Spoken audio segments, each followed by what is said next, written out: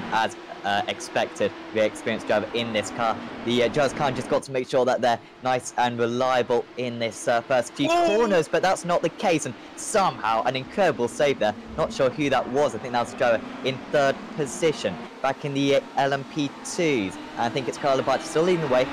Johan Hart's got ahead of Alex Trainer, who is now side by side with the fourth position, I believe, and in the GTEs. Already Yannick Lapchin in the lead ahead of Augustin Martin and Nick Kordarakis. Yeah, absolutely. That was a big save there by the LMP1. I thought that was going to be a big wreck. I expected half of the field to get wiped out, but that was a great save though by I want to say it was the 7 car that lost control there for a second, but everyone's still running clean so far from what we're... Yeah, certainly from what I've seen. I think it was Michael Schwanzel, I think. We're currently running in fourth position, only one down one place. He'll be glad he wasn't down more, I think. That was an incredible save. Four-wheel drive, I imagine, at that point as well. Quite an incredible save that was. Very close just behind, but already the top few drivers in this class pulling away. Dominic Farber, well, why is he down in 7th place? Well, he didn't set a qualifying time, seemingly. And so he's a little bit out of position. The driver who I believe won the title last season, well, he's managed to get up into 6th position already. Very good start for the German. Yeah, absolutely. It's already have gained 5 positions right now from where he started. So being able to already make some clean moves, it's been impressive. He's already had some quick sectors right now. Looking at his top speed, he's actually been a little bit faster than some of the others. It's probably the setup's going to be working for him later on, hopefully. Yeah, it's certainly enabling him to get plenty of moves down. Very soon he's going to be past Tanahato. Christian Tanahato. Haven't seen him around. Good to see new drivers out there as Farber just waltzes past. And the next few drivers are going to be a little bit more difficult. Schwanzel and Hodgkinson. Look back to the P2s, and well, this is going to be an entertaining battle. Labate versus Hart. Labate putting on pole position as an HPD off Eddie Dove there. Yeah, that was the last second. Just saw him. He doesn't look like there's a lot of damage. Just gonna take a look at the replay. Oh, it looks like he went a little wide there. Oh, wow, actually a different LMP, and looks like he just missed the braking a little bit there and just, lost it. Doesn't look like he hit it too rough. Definitely got some left side damage from the hit, but still rolling. That's a good thing. Yeah, I think that's going to be his competitive race at least over. But he should still be able to set some laps out there. Well, you often see quite a few casualties in that HBD field, so I'm sure he's going to be able to get a decent result.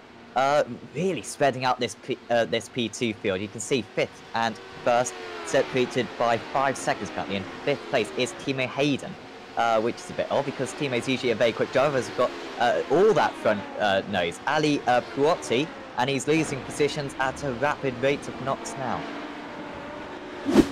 Yeah, absolutely. Looks like the number 10 of Ali Puotti. I butchered that probably. Had a decent run the previous lap. Oh, and round and hits Puotti. Wow, okay, that was quite a big impact, wasn't it? Just realised how to play, and now, so that was how he picked up that damage. That was horrendous. Front nose is gone. More than likely going to head to the pits, as Yannick right now has got about, it looks like, if my live timing can update, it looks like he's got about a 3-second gap ahead of Austin Martin right now, and looks like that gap is slowly pulling away. As his previous lap time, he's been already 2 seconds now quicker than Austin Martin. Yeah, I seem to remember Lapchin was really good around this circuit last season. I can't remember if it was a first or a second, but it was kind of the first time he really jumped onto the scene. Of course, this track was on the past 2 seasons, I think, of this series. It's very much a mainstay, and Yannick certainly backing up his form from last season as Kordarakis just holding up a few cars at the moment. He's got Marinsky and Kramer and Alexandrov just behind. But of course, it's not a particularly easy circuit to overtake this, but Kramer is going to stop that. You can see the slipstream there, and these GTs just not strong enough. And despite it being quite a large braking zone for that 90-degree corner, he's just got to stay in 5th position. Yeah, absolutely. The GT field hasn't spread out too far. I mean, other than the leader pulling away, but there's still a good little scrap here for second place right now. Oh, one round. Pushed out. Kramer just about keeps his foot down, and here comes Yantos through the middle of them. That's 2 positions gained, and they're going to make contact again. And is Yantos going to get involved in this one? Not quite. Alexandrov is off. He caused the initial contact, I think. But yeah, those two, quite a rivalry between them, it seems. Yeah, absolutely. There was a few cars that probably had to slam on the brakes there with that 3 wide, but it's still been good as keep an eye. Right in front of a few people, and Matt Malone was able to make it through, squeaking through there and not having an issue, because boy, that could have been really bad for him. Well, Kramer, I don't think has made any friends in the past few corners, because that's 3 contacts all of a sudden. And it's really promoted a few drives, like he said, Tyler. Matt Malone up a couple of places, and he's defending furiously currently as Kramer goes around the outside at Sunset Bend. You can do this at this corner, but you got to be careful of the wall on the outside, and Malone is going to push him out, but just about backing out of it. In the end, was Kramer. Malone, will he be able to defend in strong one? Such a wide turn in here. You can very much just put your car on the inside, but I think that was wise there from Kramer. Does not want to have a 4th contact in the same lap. Yeah, absolutely. Matt's doing really well on defending right now. He's got a long train behind him. Oh, he got a little loose. Hang on to it. As he's getting back up to speed, he's going to lose about 5 positions. Well, it's going to be a 4. Oh, there we go. Only losing 4 positions out of that. Looks like it got away from him just a little bit there, but it was a great catch by him. Yeah, I don't think he got a push or anything, but it's odd to see a driver go that wide in that corner, because you want to really hug the inside well. You don't want to run wide whatsoever, and he completely missed the corner there. So not good whatsoever. And yeah, the drivers who's really profited from that, I think Kieran Peace up, I think, about 5 places in the past lap, so really good for him, this GT battle. Delivering fantastically. They are 4 seconds now off the drivers ahead, but this is pretty much the second half of the field, all in one group. Absolutely is. Looks like the Kieran, I want to say of Kieran Pierce, we're probably watching right now. He's trying to look on the inside, getting on the inside. Actually, sorry, that would not be Kieran Pierce. That would be the 17 of Roman Spinman, trying to figure out a way to get around.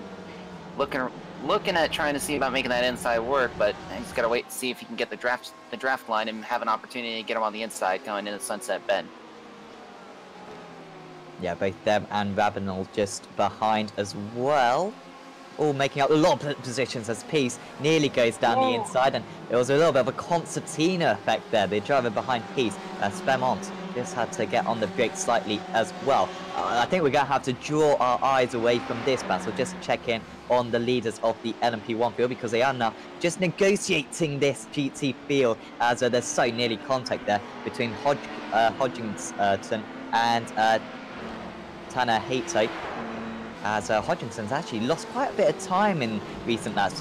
Barber's up into 3rd place, by the way, so he's made superb progress. And here comes Wolf. It's so difficult through this part of the circuit, and you can lose about 5 seconds just through that part of the circuit as an LMP1 if you get caught up in a bit of traffic. Absolutely is. As he's trying to get around this GTE field, right? GT3 field, I should say, is boy, oh boy, hitting the brakes early there, trying to make sure he can keep the speed up as possible. Getting around him cleanly, and great overtaking by Patrick Wolf in the leader for the LMP. Ribolo just a little bit further behind. You can see he's really late on the brakes there. That's not much of a braking corner, actually. And yet Ribolo still managed to get a lot more speed on entry. Next up is Peace for him to just get by, and he does that well. So I think, if anything, he's going to gain a little bit of time on this lap, is Julien. But it's going to need a lot more favours if he's going to catch up the leader. Barber, though, is still motoring along. He's only 2 seconds behind the driver in 2nd place now. Of course, he's going to lose a little bit of time just coming up in this traffic, although he's trying not to. Deep on the brakes there from Dominic Barber, just about made it. And you know what? He's lost barely any time in this. Absolutely. There was an LMP1 that was sitting on the side. Really? That was Julien. What in the world happened? 2nd place driver pushing the race leader and out of the race. Let's see. Looking back at the replay, could have been that inside curb getting him. Oh, it was the, yep. Oh man, that was a hard impact. Yeah, he realised it was Kurtzen straight away, and he's actually just disconnected from the server. Realises there's no point in continuing out there. Very disappointed to see, because I think we may have had a decent battle for second place brewing there. But instead, Dominic Farr is now up 9 places from his start into second place, and now Patrick Wolf has got a 7-second lead out in front. Absolutely. As we're looking back now at the LMP2 field, Carlo Labate is still pulling ahead by about a little over a second, and Johan Harth, well, great driver, great all-around driver. He's slowly but surely catching him. He's been starting to run a little bit quicker lap time, so Johan has an opportunity to try to get a pass on him if possible. It'll probably be in another 10 minutes or so. He should be able to catch up, and then we'll have a really great battle on our hands in the LMP2 class. Absolutely. We've seen Johan in the past. Maybe his one downfall has been his high downforce trim. It makes overtaking quite difficult. I remember a race at Silverstone, I think it was last season, where he was absolutely horrendous down the straights and just couldn't get the overtakes done. And I fear for him round here, that's going to be the case again. But we'll have to wait and see. Surprisingly, he wasn't on pole position. He was qualifying superbly a few weeks ago, but today beaten by a couple of drivers in the race. He's just looking as strong as he usually does. Absolutely. As third place battle is getting interesting for LMP2, as Alex Trainer and Jerome Hag are having a decent little scrap at it. Right now, 0.3 of a second is Alex Trainer ahead of Jerome, and Jerome's just being patient right now. He's going through one of the first little hairpin turns. He's getting back on the power. Coming up to one of the notorious few corners in Sebring, as he's being very patient right now. He's probably going to wait until he gets to the long back straightaway on the airfield runoff, see if he can make that opportunity and get around him. Very good straight line speed seemingly for Haag, making up a bit of time there. The area wake in this car is quite significant, so it's difficult to stay close to this section of corners, and it's kind of difficult to spot your apexes, and you can just see that having to get out of the throttle ever so slightly, and all of a sudden he's way too far back. There's not a chance. And across Sunset, the leading driver almost always has the corner because of this very quick kink with the wall right on the inside. Can nail the exit though, just in the end, train it a little bit earlier on the power, and once again Haag just too far back to mount an attack. Absolutely, he's coming down into turn 1 now. Got a LMP car, lap down LMP car, gonna hinder him a little bit, but didn't hinder him. He got through pretty well though in the end, didn't lose as much time as you say. Still not too far behind the top 2, these guys. And certainly pulling away from Timo Hayden, who's, well, actually not pulling away too much, to be fair. About 4 seconds back is Hayden. You'll just see him in the background there. Absolutely, as here comes Hayden now. He's only about a 4-second gap behind Jerome Hag and Alex Trainer. He's got to right now work around this LMP2 limping, this severely damaged. I want to say that was the 7 of Michael Schwansel, who had the earlier issue and had that big accident in the early first half of the track. As it's great for him to get back out and be able to get those, try to get more laps and try to help with his setup as the week goes by. Yeah, definitely. This isn't the only race, of course, in this series. It races every 2 hours, of course, but this is one of the major strength of field races. I'm not sure if it's the major one this season, but yeah, certainly quite a few points on offer this evening. Yeah, Holweck just holding off Flavio Figucci currently. Nice battle in the P2s. We will just go to the front of the GTEs actually for a second, because sprinting out in the lead currently is Yannick Lapchin. He's got, I think, an 8-second lead over Augustin Martin. Absolute domination. We rarely see this in this field because it's such a competitive field. But Lapchin, yeah, dominating right now. And even Martin's, you know, driving pretty strong. He's 3 seconds ahead of everyone else. But yeah, this Porsche driver absolutely flying along. Yeah, absolutely. I'm just looking at the lap times real quick. I mean, last few laps, his quickest lap time so far is a 1:55.5, and some of his recent laps are still only a second off of that. Most recent lap time he ran was a 1:56.4, 0.7 of a second quicker than Augusta Martin, who ran a 1:57.1. So it's the pace for Yannick right now is very well, and he's gonna still keep pulling away unless he decides to fuel save and try to make it a little longer. But at his race pace right now, he's pulling away from the field. Yeah, he's doing it with ease currently. Just needs to make sure he doesn't get involved in any collisions, because we do quite often see that in the long season. There's not a whole lot you can do about it when you got a driver just behind doing twice your speed. You can quite easily get tagged, but right now there's looking like there's nothing that can stop him. You can see the sun has it set, I'm not quite sure, but certainly getting darker and darker. This circuit does look pretty good at night. Those headlights are becoming more and more prominent as the as the light dims. As Kramer still in this battle, still a pack this. It's spread out a little bit. A couple of drivers just been lost behind, but lost now 5.5 seconds to Yantos up ahead as Kramer. Still Peace though, right on his tail. Absolutely. Kieran still hasn't had the gap to be able to make an opportunity. It looks like Kieran right now is probably just got to play it safe, hang behind Wu, as Ramald in the 17 had a little slide there coming out of the corner. Back end snapped on him. It was a great catch by him. Now he's going to be in the grasp of Matt Malone as Matt Malone's closing in on him. Yeah, Malone really quick on that last lap. He was a second faster than Spermont. So I wouldn't bet against him maybe making a move in the next lap or so, as this kind of four-car battle, I'd say maybe just closing in on itself once again. So hopefully this will carry on. This is the battle for 6th position, I believe. Absolutely, as it looks like Kieran's closing up right near the back end of Jesse Kramer now, as this battle's getting really interesting here for, I believe it's, looking at the timing, I believe that's for 6th, or actually 5th. So this battle for 5th is really starting to brew up, and who knows, maybe when they get down to the straightaway, they might have an opportunity to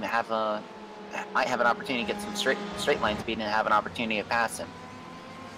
Well, this could be an opportunity here for Kieran Peace.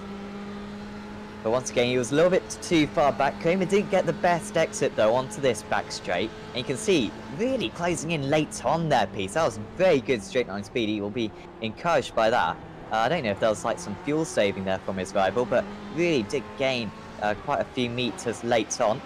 Maybe just running a little bit less downforce, as you can see. Actually, Spermont, well, he was falling into the clutches of Malone. Anything but now. He's right back onto the back of these guys.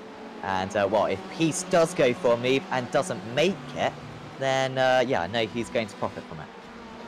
Yeah, absolutely. As the fuel window can always be very, very sporadic, especially when having to worry about the LMP1 field and LMP2 field going by you at the same time. And the fuel windows for these cars are going to be really interesting, but it's still anyone's guess. And if you can just get the fuel window just right, where you can be able to get the maximum amount of fuel you need to make it to the line, that'll be the best opportunity where you can be able to be just a little bit quicker than the rest of your competitors. Not too many battles going on out there. However, Haag did get past Trainor. So I think that's a change of position for 3rd in the HPDs. Apart from that, not too many battles, like I said. And you can see Haag there maybe used the traffic to his advantage, I'm not quite sure. And already making a bit of an advantage over Trainor. And yes, I think he may well have done getting the move done here. Absolutely, it was a great pass there as well by Jerome. As my screen's having... My screen was just having the same issues, and I was hoping that yours wouldn't, so one of us could go through this. As, well, actually, it was an awesome battle through Sunset Bend. Nearly lost it, actually, did Trainor. And, well, that was a really nice battle, actually. Bit of a slide as well. And, yep, Duke goes hard up into 3rd place, and he's really still not far behind the top 2. This could still be a very entertaining battle for the win in the P2 field. Yeah, absolutely. It's still within the top three, or actually, yeah, the top three is still within a 3-second gap of each other. As Carlo really hasn't been pulling away. They've been running looking at the last lap times. As looking at, oh, we got a wreck. A few cars involved. The GTE Ooh. field. Oh boy. Oh, I think that was Kieran Peace as well. That one of the drivers in that really big battle that we saw. Yes, it is. So what has happened here? I think, like you said, a few drivers involved. So I think it's an incident between classes. As I think it's that Hearth going down the inside, and Hearth has completely. Oh no, it's the spinner just ahead. That was the battle we saw for 6th and 7th. And Hearth got involved in that one, I think. So has Hearth lost a position? Yes, he has. He's fallen down to 4th. The defending champion, the 2-time defending champion in this series, where he's not going to collect many points today because he's already down into 4th place, and teammate Hayden is going to be next to pick up the scraps. Yeah, absolutely. As looks like Johan Hearth has some little bit of issues. Oh, just taking a little bit too much curb there was Hearth. As he's going to be under pressure. He's got so little straight line speed now after that damage. That's the main cost of it. And, well, this is going to be a very frustrating day now for Johan Hearth. He's down into 5th place, and I can only see him going further backwards from here. Yeah, absolutely. Especially how when you said that he normally uses that high downforce aero package roughly. It's with that little bit of damage, it's going to add more of that downforce on it. It's going to really hurt the car in the straight line speed. He's going to, I mean, look how big he's dropping in from Tim Hayden now. He's just struggling in the straight line speed now. As here he comes into the pits to more than likely repair that damage. Yeah, this could be the end of his day, unfortunately. It looks so strong for him.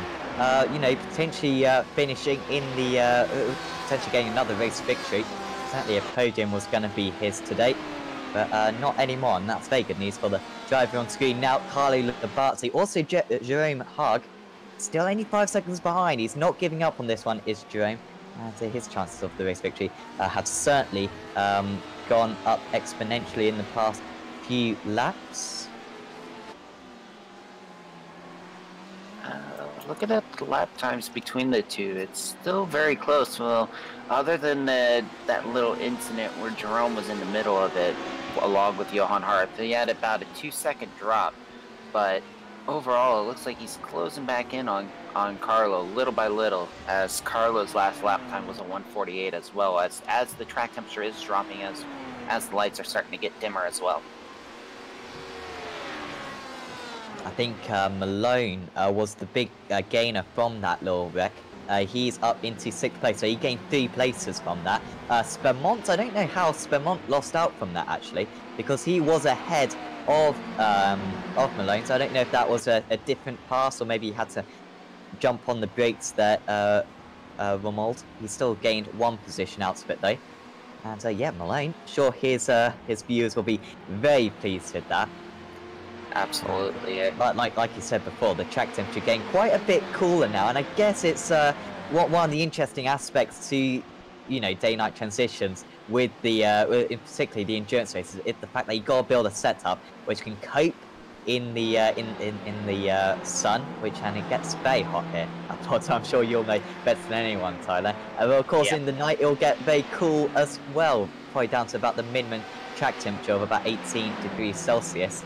And so maybe we'll see setups, maybe the order changing slightly as driving styles and setups maybe take their advantage. Yeah, absolutely, especially with the track, and especially within some of the real life as well, with trying to build these setups, especially for the Florida climate. You got to set it up to where you can be able to get that engine power like in the middle of the day at the start.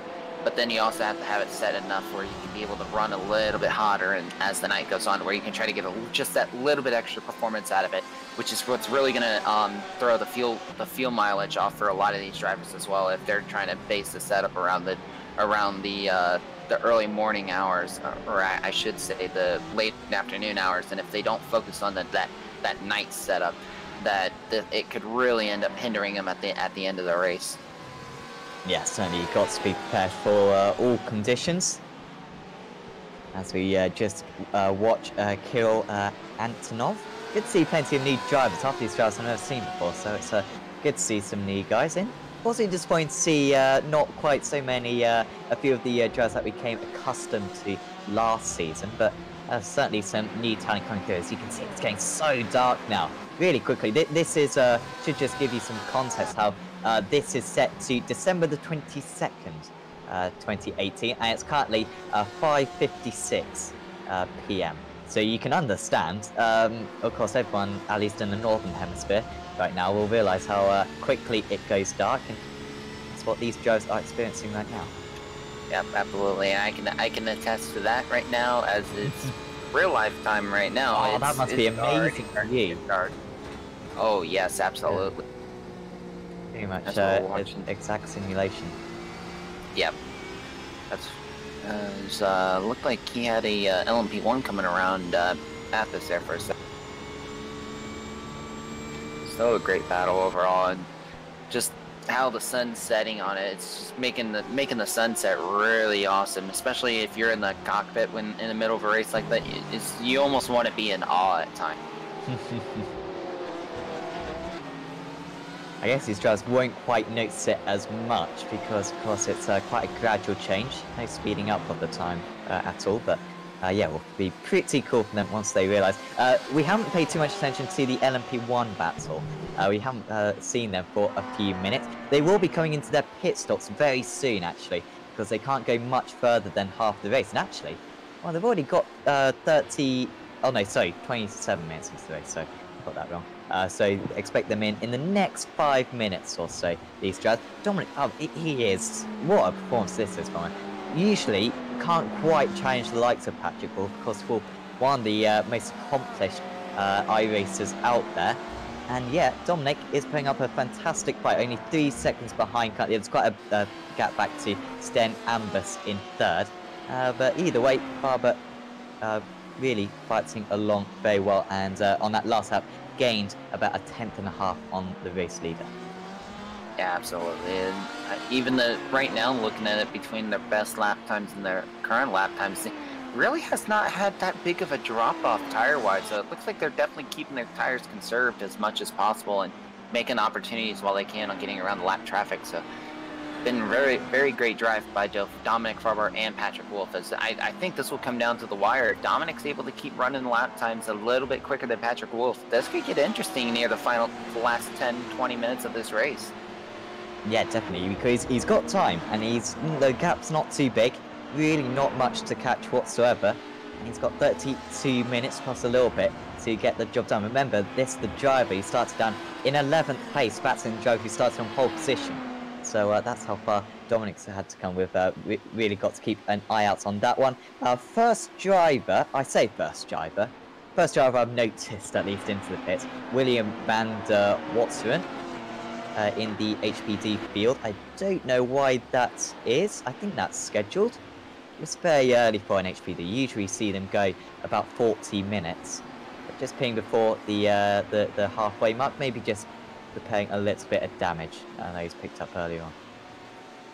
Could also possibly be making that opportunity and pitting halfway and then trying to make it to and then trying to just undercut everyone and pitting early, and then as everyone else has to pit, take advantage of possibly some clean traffic as well, as it looks like he might have some clean traffic coming out of the pits, so might be able to help gain him some time as the rest of the LMP field's having to fight through traffic.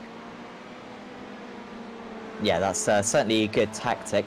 Really early though to deploy that, but it could be a really successful one this for William. Well, I certainly have to keep an eye out on him. Oh, and we've got Hodgkinson off the circuit, and is that for Battle? Yes, it is. Owen Woodster now really close to him, and Hodgkinson is going to have to defend for all his might. Can Woodster use a little bit more energy here just to press that button a little bit firmer, and that's what he's going to try to do. Look to the inside. Can Hodgkinson get stopped? He's going to be very, very wide, and now they're side by side coming out to that one, and they're going to be side by side through this next couple of kinks. guarantee they're going to be using all the energy they can possibly use. As Hodgkinson, the outside usually the better line here, and I think that's what Adam is going to use there. And that's a very good defensive move after the mistake a few corners ago.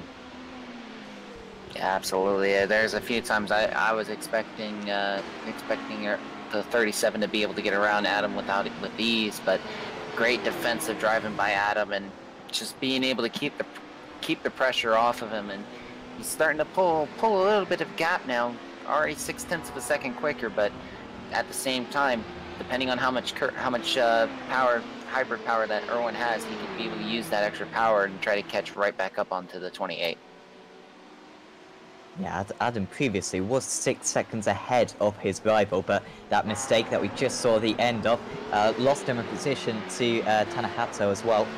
So that's going to be a nice battle actually, 4th, 5th and 6th to the end of this race, I'm sure. As well, these LMP1 drivers can certainly pit now and make it to the end of the race as Worcester looks to the inside. Really wide turn in here, and so it was too tight in the end. Took such a shallow entry, and well, he was always going to end up almost off the circuit. Absolutely, yeah, that was a very aggressive turn in there. I was actually worried for a second he was going to scrape the inside wall. It just seemed like that was just way too close to the wall there, and a little bit earlier on the turn in as well, in my opinion. On that one, was able to keep it on the tarmac and not give himself an off track for it. So that was still great control by him, but he's definitely lost a second and a half now because of that. Yeah, definitely. So we are undoubtedly in the depths of night still. The track temperature hasn't gone down too much. It's still 26 degrees Celsius. What temperature is it over there at the moment in Florida, Tyler? I'll have to check right now. It's on the race sim. It's telling us 79 degrees. Real life, we've been having a little bit of a cold spout. I believe we're still in the 80s. I'll have to double check that, see what our real life temperature is out here. Okay, yeah, it's just I don't know how accurate it was, because one of the things I would certainly like to see is for the British circuits, of course, is the ability for the air temperature to go down to about 10 degrees or so, because that would be much more realistic than 25 in December. Which, if only that were the case over here. Absolutely. I'm looking it up right now, and it's actually compared to the sim. The sim's a little bit warmer, but at the same time, though, you don't have to worry about any kind of rain. Looking up at it right now, down in Sebring, it's right now currently 74 degrees Fahrenheit, which would be 23 degrees Celsius for you guys. It is raining, though, currently over at the track, so lucky enough for these drivers, they don't have to worry about racing in the rain currently. Oh, I wish they did, though. That would be hashtag soon, I think, hopefully. Although I don't think it is, to be honest. I think gonna have to wait a couple of years for that, but it will certainly be worth the wait. We were just watching Matt Malone there, ahead of Romuald Spermont and Alvaro Rabinot, who's actually just come back at these guys. He dropped off quite a bit earlier on in this race, but actually has had a nice little turn of pace, and on that last lap actually was quite a bit faster than these couple of drivers, so could well be coming back at them. Absolutely is. Right now, the last lap time, looking at some of the previous lap times from the other drivers, he's actually was running 2 seconds, almost 2 seconds quicker than the 19 that's in front of him. So Matt's definitely starting to get back on a charge. He's also got to keep an eye on the 17 right behind him. Yeah, Malone under big pressure here. Also, well, I was about to say Antonov getting involved, but no, he's still 5 seconds behind. We've got side by side between the LMP1. It's never comfortable as an LMP1 to have to go around the outside in that type of corner. And you can see how much time actually Spermont has lost. He was within a couple of tenths previously, and now he's a full second behind as another LMP1 just makes their way past as well. Malone could lose a little bit of time here if he gets dive bomb, but no, he's not going to be caught quite in time. And, well, this probably isn't helping Spermont too much, but he seems to have the pace advantage right now. We expect these drivers into the pits probably in the next 15 minutes or so. The fuel should last quite long as we've got some LMP1s in. Yeah, as Stan Ambus is right now currently in the pits right now, as well as looking at the LMP field. Not many. Looks like Stan's the first one out of the LMP field to pit. It will be interesting though to see, especially the top two leaders, Patrick Wolf and Dominic Farber, when they're going to be pitting. It's going to be real interesting, especially with how close of a gap they are. As Dominic is closing up on him again, as it's right now 1.2 seconds of the gap.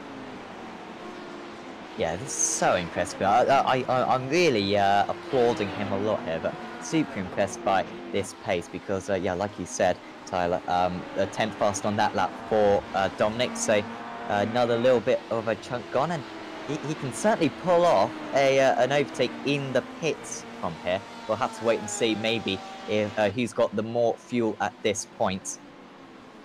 And of course, maybe pit one lap early, avoid a bit of traffic, could certainly be a useful tactic. I kind of assume these drivers would be into the pits by now, but still they have not come in. I expect them in really in the next couple of laps. Absolutely, is looking on the onboard of Dominic Farber. He's working his way around the LMP2 traffic. He's within grasp now of the leader, as you can see him just slowly but surely up front. And he's doing everything he can now to try to keep up with Patrick Wolf and maybe even have an opportunity to pass him in the pit. Well, we've just seen a few more LMP1s into the pit. Schwansel, Tanahate and Woodster, also Galinde into the pit. So surely this is going to be the lap where we see the top two coming in. Barber, not too much traffic there. But yeah, just trying to, will he come into the pits, or will he fancy staying out for one more lap? Who's got the more fuel out of this one? They're both staying out, I believe. I'm a bit surprised by that. Really stretching the fuel very nicely. Absolutely, as some of the LMP2 cars are also in the pits. Carlos Abadi, Jerome Hag, Alex Trainer, Wal Oliveira, as well as Maria Holloway. All of them are just coming out of the pits, so LMP2s are starting to get into their pit stops as well. Well, it seems though Labartis lost a little bit of time there. He lost 1 second exactly to Jerome Haag in second place. That's the that's for the lead in the HPDs. So yeah, once again we're seeing plenty of comeback drives here. Remember, Haag was running in P4 in the early stages. Had to make a move earlier on Alex Trainer, and then also benefits from the Johan Haag incident. He's up into second place. Once again, putting some good pressure on the race leader. Labarti is a driver who, despite all his pace, has won remarkably few races in this series, but this is an awesome opportunity. And meanwhile, Haag, I don't think we've ever seen on this broadcast before, but he's certainly impressing this evening. Absolutely, being very impressive right now, as he is closing in on Carlos Abadi, as well as running another rant, as looking at the last lap times, especially being that second ahead. He's currently, the way his pace is, he's closing up to where he could end up catching him in the next 2 laps potentially.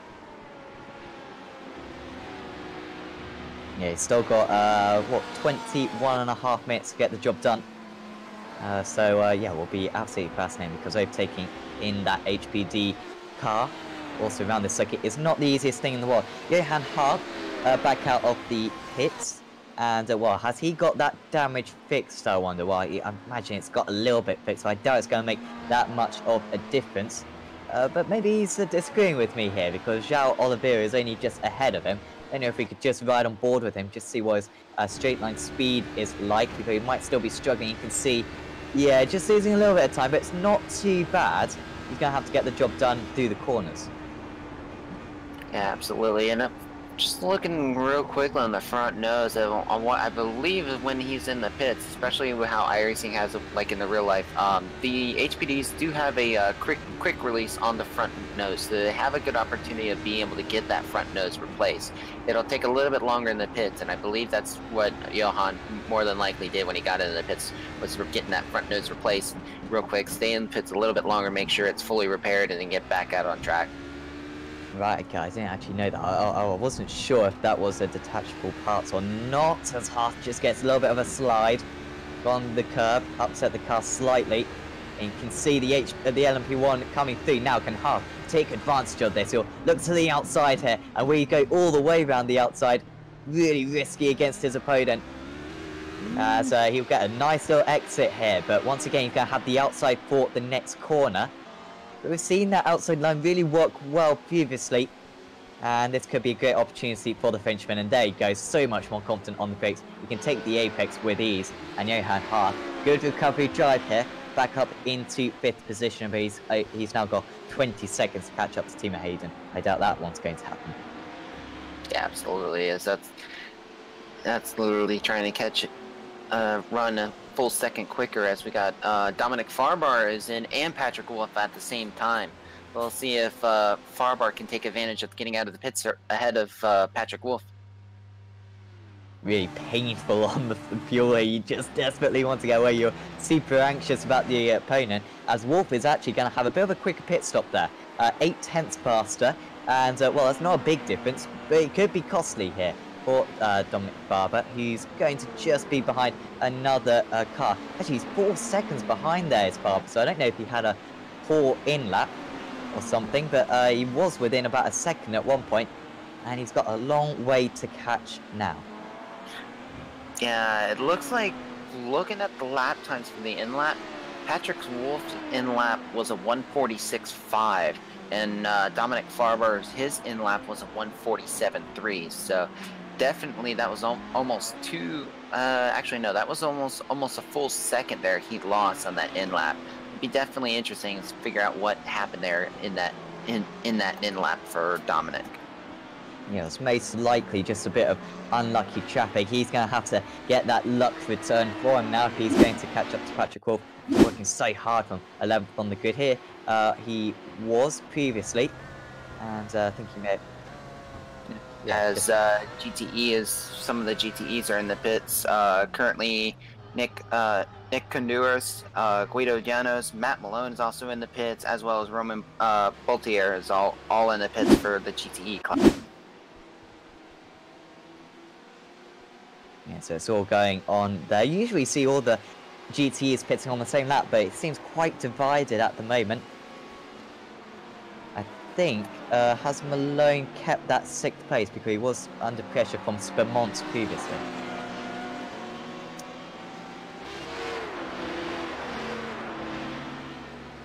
I think he's hung on to it for now as Malone, so yeah, we'll have to keep an eye out on that one because that was a very good battle. Haag still 1.5 seconds behind. He's trying to just gain that little bit of time. So far, it's just been a tough ask for him to get within a second, but maybe Labasi losing a little bit of time as the LMP1 just makes his way past. I think that was Dominic Farbar there, as they've also got, sorry, that was Patrick Wolff going past. I think Dominic Farbar is going to be next behind these guys. But it's still 1.25 seconds ahead, so drawing closer to that race victory this evening. Absolutely is. As Jerome was a little slower in that lap, but I mean not by much. So once Jerome gets back into rhythm again, I wouldn't be surprised if Jerome starts closing in on Carlo again. It's gonna be another. We've got two great battles going on: the lead for LMP1s and the lead for LMP2s. So with about roughly 17 minutes remaining in this race, a lot of fireworks still to be played out. I think we get fireworks at the end of this race. No, I certainly hope we do. I agree with you there. I hope so too. Yeah. Or maybe like a jet, I don't know. I think, yeah, because Daytona has a jet in the back. Or is that Indianapolis? Not quite sure. But yeah, some cool aspects to iRacing, certainly. I must say, the Chili Bowl looks absolutely superb. The way that they've modelled that entire inside of the Chili Bowl. Don't know too much about it, but at least from a graphic standpoint, looks very, very interesting how they've done that. Yeah, absolutely. The Chili Bowl's been a real big staple point for the dirt midget cars in the real life here in the U.S. So a lot of American fans and a lot of dirt racing fans are going to be really excited for when that comes out. Sure they will be. I might just get it just for might be a bit of fun. Quarter of a mile, very, very short. Anyway, Matt Malone then did he lose out? I don't think he did. I think he stayed where he was. But now Tacknell is right on his tail. In fact, has Malone lost out? He's I think he did, because I don't know if the 19 car was behind Matt at I the think time. a few drivers haven't pitted yet. So I think Yantos was ahead of him previously, but there were a couple of other drivers, so Spermont and Rabanol, who were the two drivers that he was fighting previously, Malone, they still haven't come into the pit, so we'll have to wait and see. But Tech now, really good pace for him, I believe, because he was quite a bit behind previously, although he pitted on lap 9, did Tech now, so I'm not sure if he's going to be able to get to the end of the race on that fuel load. Yeah, absolutely. That seems to be a little early. I almost wonder if he was one of the cars that was involved in that big melee earlier on in the race. Hence why he had to pit at lap 9. I'm gonna be curious on that, because that was a very big wreck as well when it happened. Yeah, it could certainly be onto something there. We'll have to wait and see. If it gets him to the end of the race, I don't think he will care too much. But yeah, that's going to be really marginal. 9 laps. That's about 9 laps earlier than the earliest of the other GT cars. So going to be very close call, that one. Antonov has just come into the pits, but still, Spermont's staying out there. So really long stint. Also, Lapchin hasn't pitted either, the race leader in the GTE. So yeah, this fuel lasting quite well, and quite a difference in terms of the drive's attitudes to the fuel. Some going pitting quite early on, and some pushing it right to the brim. Oh, apologies. Lapchin apparently has pitted, just hasn't come up on my screen. That's interesting. That's a big gap then, especially if he was able to pit. I don't remember how big his lap time was, how big his gap was before, but that was impressive. Then that was a very quick stop for Lapchin. So that means then Spement, I'm butchering that name. Spement is, I believe then he probably also has one more stop as well, potentially. Yeah, I don't think he's pitted yet, because he was running in about 7th place previously, so I doubt he's been able to move up all the way to 2nd. It kind of shows how big, or how impressive Lapchin has been. The fact that he's been able to make a pit stop and stayed ahead by 10 seconds over the driver who was running in 7th. So really impressive, this performance from Lapchin. And certainly a warning sign to all those other GT drivers that he's going to be fighting for the title this season, as Spermont now comes into the pits. I think he's pretty much the last driver to pit, and he's going to be somewhere around Malone and Technal and Rabanol when he comes out of the pits. Absolutely. He's sitting in a stall now as Augustin Martin goes flying by, 18 seconds behind Yannick, which all Yannick has to do is just run consistent lap times, and he should be able to pull away and win the GTE race at this point. So just these couple of drivers coming across the line now. And I just saw in the background, looks like the 17's just now getting ready to pull out, so he's gonna barely hold on to the 6th place as he comes out, only a half second in front of Matt Malone and the rest of the GTE.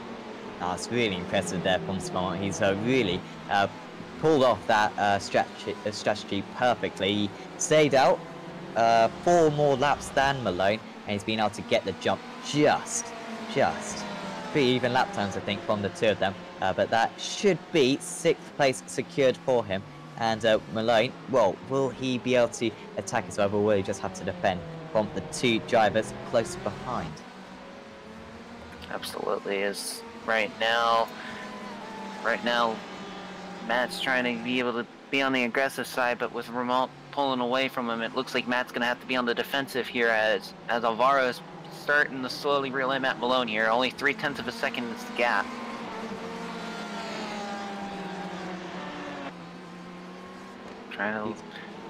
Looks like you guys have produced some great entertainment for us this evening, or in this race. Absolutely. It looks like the field's spread out a little bit. We're gonna have some LMP1 coming through, as that would be the 7 of Michael Swansel coming on by.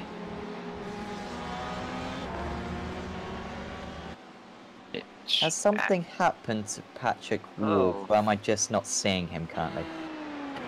No, he's fine. Nope. He's fine. Okay. Apologies. My screen just went down in 5th place for a second there, but he's absolutely fine, guys. He's still 6 seconds actually ahead of Dominic Farber, so from coming under big pressure, he's been able to put in some good laps recently. Maybe getting a bit fortunate with the traffic, I don't know, or maybe just being able to use a little bit more pace. He's now falling away from his rivals. Still this one going on. In fact, Haag gets in closer. This is as close as he's been, 0.6 of a second, since the pit stops. It's kind of been around about 1 second to 1.5 seconds. But it seems as though all of a sudden Haag just getting a little bit closer. But it's going to be so difficult for him to make this move because he doesn't have a big pace advantage. He's just got to get lucky, get a slingshot with the traffic or something. And he might be able to win this LMP2 battle today. But, well, yeah, it's not going to be easy. Yeah, absolutely is. I'm checking the lap times for Jerome Haag right now. All of them from shortly after he pitted on lap 21, lap 22, all the way to lap 27, all have been in the 148s, as well as Carlos Labati's been right around there. As other than just having a little bit of lap traffic, both of these drivers right now, their lap times are near identical in lap times. So it's going to be interesting to see if Jerome's got the pace or even has the enough aggressiveness to try to get around Carlo, if he's able to keep up and maybe even have an opportunity to pass him in the last few laps as we have less than 10 minutes remaining in the race. Yeah, just got a little bit unlucky with that back marker, back up to 1 second, so you can see how difficult it is to, keep up that pressure. But, he needs to just get, a bit of luck. I think that's going to be his best chance here. So this is really the only lead battle that we're watching. Also got a battle between Martin and Marinsky, I believe. Those two surprisingly close. And all of a sudden here, I think Martin's going to lose this second position. The second position that he's held for pretty much all this race. And all of a sudden, he's been caught very quickly by Marinsky. And up into second place goes the Porsche driver. I wonder if Augustin's had some kind of issues, because I mean his recent lap time, he dropped almost a full second from the 22. So the 22 is catching him quickly, and they might have he might have some more issues as the 31's running a little bit quicker than him as well. So a lot of things shaking up here in the last few minutes of the race. Yeah, I wonder. I was just thinking maybe a bit of fuel saving issues, but well, he's still fighting pretty hard for that second place, isn't he? He's not giving up, and he just gave it up so easy. Coming out of turn 1, that's not usually a place you'd expect to lose a position. Absolutely, his LMP1 flies by him, and I believe that was the 28. I'm not 100% sure who that was in front, but I think it was. LMP1 flew by him very quick. They're gonna have another LMP1 here pretty soon. At least this time they'll have an opportunity as they're coming down the long back straight now. And I hate to, I think, just going past him there. So what's Martin's straight line speed like? It's not gaining too much at the moment, and from that onboard, that front right corner looks like it's got a little bit of damage. Yeah, definitely. I wonder if he got involved in something and we didn't see it. Good spot, could well be the case. And if so, not only is that going to lose him, well, here it was maybe, and I didn't see it at this point, so I think this may well have been the incident.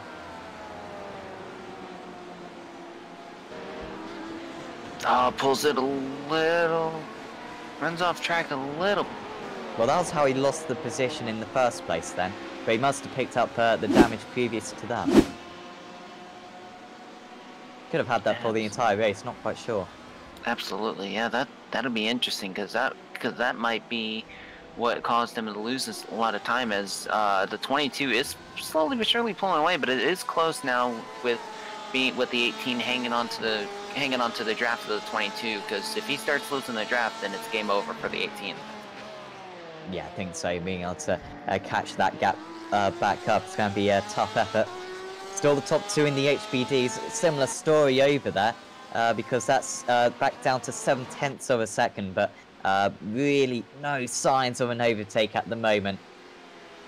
And Labate just managing this one superbly. He's been under pressure for pretty much the entire race.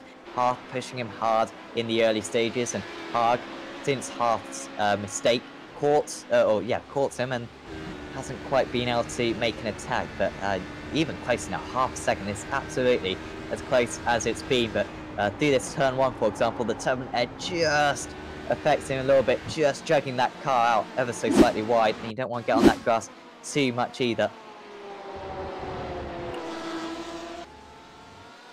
As we're looking back at a replay, so you can find out what happened here to August and Mark. On my end, it's not showing. I can't see that, unfortunately, but yeah, Martin then, that was how he picked up the damage, I believe, and also he just lost some time, did Martin. Yeah, down into 4th position now. Cleve pushing too hard, and Kordarakis now passed him up into the podium positions. A little bit under the radar there has Kordarakis today, but he's still really playing a good performance and clearly deserves that 3rd position as it stands, and still really stepping up that rear end is Martin. Absolutely, as it looks like the gap's starting to pull away again as Martin's doing everything he can, and he's going to have to really be aggressive now on the brakes if he wants to try to keep up as the LMP2 gets around him now, and he's just got to do everything he can trying to get this draft to help, and it looks like it's not helping him as he's starting to lose even more time on the 22 of Ignar Marzinski. Oh, I'm sorry, actually that was the 31, my apologies. Yes, Kordarakis, yeah. He's got a nice gap behind though, so that should be fine. Back to Yantos. He's actually been caught by Spemont and Teknau and Malone and Rapinol. What about today? Those guys have just been so close to one another for this entire race. Martin, yeah, getting really close to it. Also, the lead batter in the LMP2s. If we could just go to that, that's down to 0.3 of a second now. He's trying so hard right now. What an effort this is from Jerome Haag. Just bringing that gap down ever so slightly, and he's now got a decent slipstream, but that air just going to get stronger and stronger, down to 0.3 of a second, maybe even below 0.3 of a second. If he's going to make this one, it's going to probably be one chance, and he's going to have to be brave when it comes along. Absolutely, Carlo had a great exit out of there, pulled away a little bit, but little less than 3 minutes to go in the race, anything can happen. Got an LMP1 just behind as well. Not sure who that is. I believe that's the 28.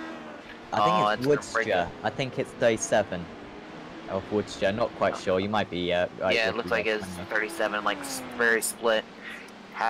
Jerome Haag is not happy as he flashed the light. It's at the 37 because of that, as he lost a lot of ground on Carlo because of that. Yeah, Carl losing a little bit of time himself, but you're absolutely right. He lost more time, did Haag.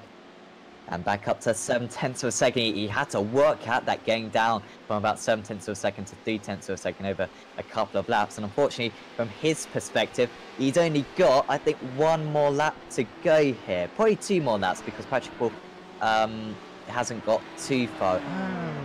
2/3 of the, oh sorry, 2/3 of the circuit. So 1 more lap after this one. So yeah, for those HPDs, there'll be 2 more laps for those guys, as Patrick Wolf only got a lap and 1 corner from race victory. Absolutely, Wolf's just pulling away from Dominic Farber. Farber had a great race, especially starting from 11th in the HPD field and being able to close in on Patrick Wolf and running as hard as he could. Just being able to finish in 2nd is a great accomplishment for Dominic, as especially a great race by him. And Patrick Wolf's starting to pull away now, almost 9-second gap on Dominic Farber now. Patrick Wolf has this. We got an LMP in the grass out there. Yeah, and that's really allowed Haag to get close to Labate. Wasn't quite sure what happened there with the LMP1, but it's cost Labate a bit of time. And now is it going to cost Haag some time, because he was almost overtaken there into that next corner. Tanahatta, who has lost out recently to Hodgkinson and Woodster. Well, he hopefully won't interfere too much with this battle because we really want this to be a fitting finale. This has been the best last, I'd say, today. Maybe the GTEs has had some good battles as well. But can Haag put any more pressure as he's going to be compromised here as Labarthe doesn't lose too much time. He did well there to get back onto the racing line, but getting a slightly better run here onto the back straight maybe is Haag as we ride on board with him now. You can see that slipstream effect not quite strong enough. Now gaining a couple of miles an hour faster down the straights. He's going to have one lap to do it, is Jerome Haag. One lap to win this P2 class as he gets a very different line, at least taking a slightly wide line, trying to get on the power slightly earlier than his rival. Now closing. Will he look to the inside? No, there's a GTE car there. There was not the opportunity for the overtake. So Labarthe might be able to make a break here just to get past this HPD. Absolutely, as both first and second drivers are flashing that slower LMP2 to get around him. This battle's going to get really intense. Also got Patrick Wolf, I think, just about to take the checker flag in the P1 class. He's going to start his season very impressively, and yeah, he's got a checker flag. That is really impressive from Patrick Wolf. Had a decent challenge against him from Dominic Barber, but stayed resolute, and he takes that class victory.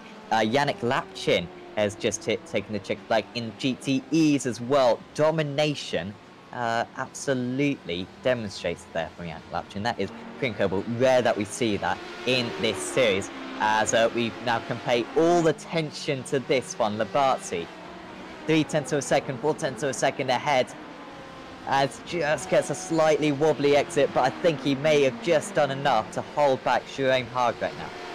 Absolutely, he's half a second back, and Haag's going to be doing everything he can to close up that gap.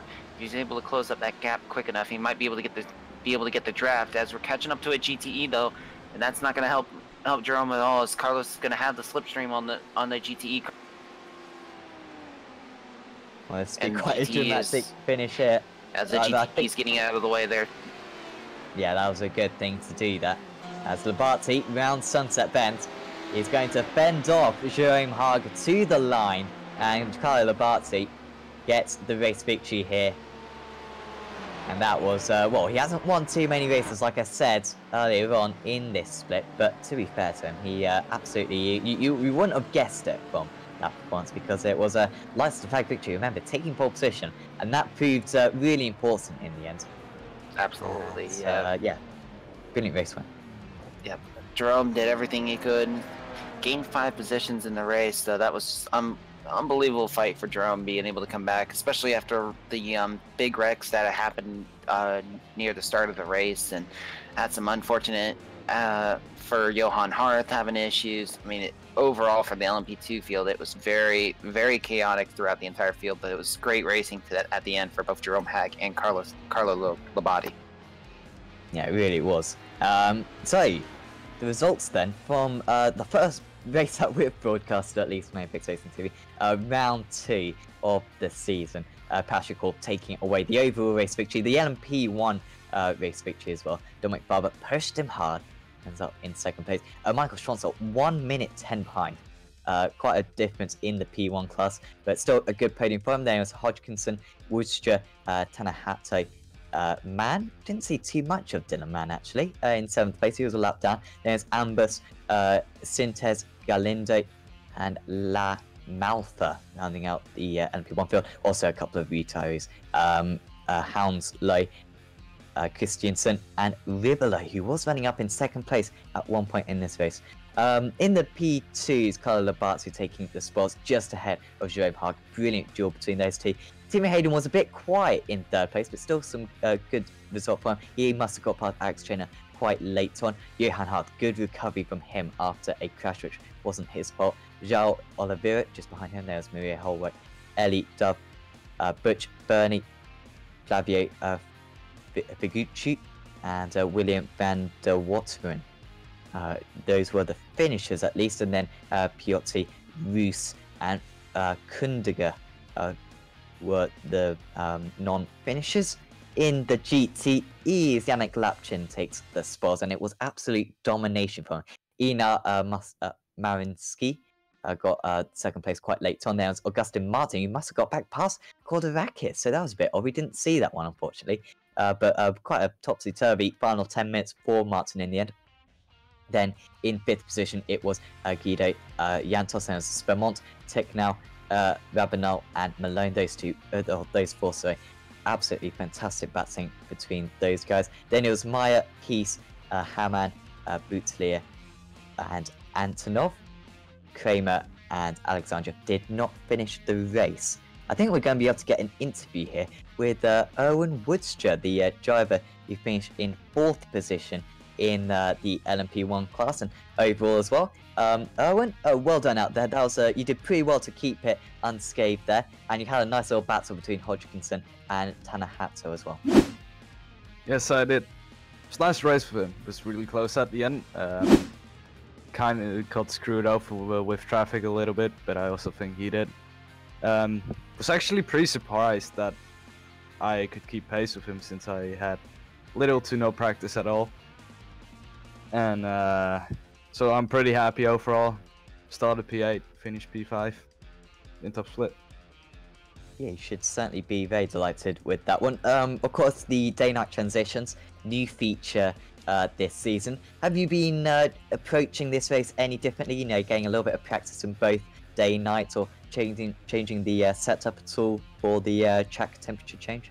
No, I haven't. I just jumped into the race because I like to, and I was like, you know what, why not? And before I didn't have any practice with day-night transition. I only did day races. So honestly, it looks beautiful going from day to night, but really you really need to get used to it. Yeah, I can imagine. It's not the easiest thing in the world to drive during the night, certainly not. And looking forward to the rest of the season. Are you hoping to do the entire season in the LMP1 and stick out this series? I am. I'm gonna drive it in the Audi, and I hope it will be a lot of fun.